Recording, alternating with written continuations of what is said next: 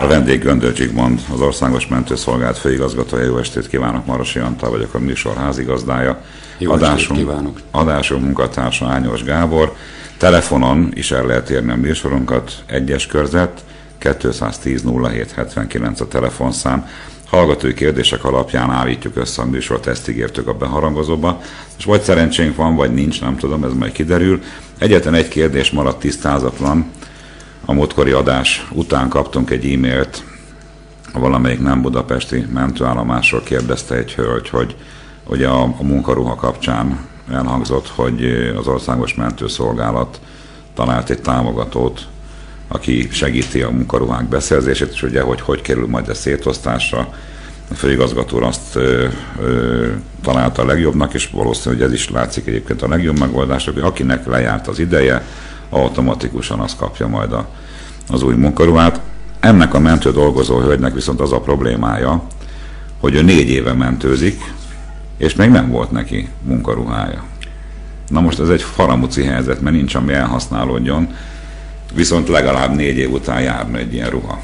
Ez nem faramuci olyan értelemben, hogy a hölgy abszolút jogosult arra, hogy az első között kapjon munkaruhát, hiszen az igényjogosultsága az ugye 4 éve tart.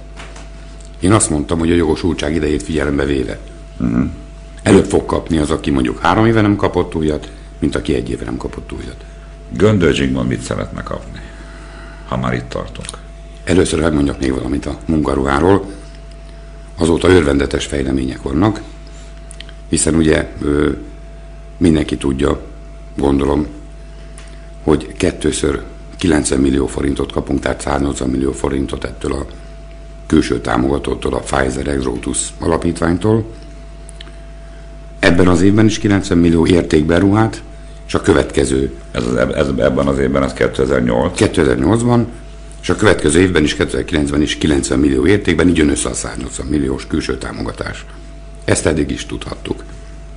Az újdonság, hogy az egészségminiszter úr, Székely Tamás úr aláírt egy olyan papírt, ami azt tartalmazza, hogy még ebben az évben, 2008-ban további 240 millió forintot kap a mentőszolgálat munkaruhára. És nagy valószínűséggel a következő évben ugyanennyit fogunk kapni. Tehát ez azt jelenti, hogy akkor megoldódik. Ez azt jelenti, hogy a következő évben gyakorlatilag be tudjuk hozni az összes elmaradást, ami eddig volt. Nyilván üzleti titok, de azért csak megkérdezem, miért jó ennek az alapítványnak, hogy támogatja a mentőszolgálatot? Nem tudom. Én azt gondolom, hogy komolyan kell venni azt, vagy egy ügyet támogat. Igen. Ugye azt tudni kell, hogy azért nem egy pici cég áll mögött, az alapítvány mögött. A Pfizer gyógyszergyár egy óriási multinacionális cég, óriási árbevétellel, és nyilván van egy ilyen közgazdasági fogalom, hogy felelős vállalat. Nem csak a Pfizer, több olyan cég van, aki ezt komolyan veszi.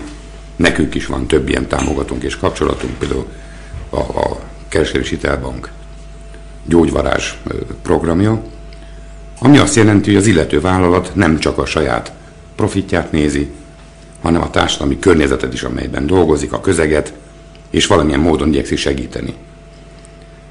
Én azt gondolom, hogy ezt komolyan kell venni, hogy ez áll az egész mögött. A Pfizer ezt szeretné, hangsúlyozni akarja, hogy ő egy ilyen gondoskodó, felelősen gondolkodó vállalat. Természetesen ezeken a munkaruhákon egy pici emblém rajta lesz, és a mentőautóban is. Tehát valamiféle reklám, de én azt gondolom, hogy nem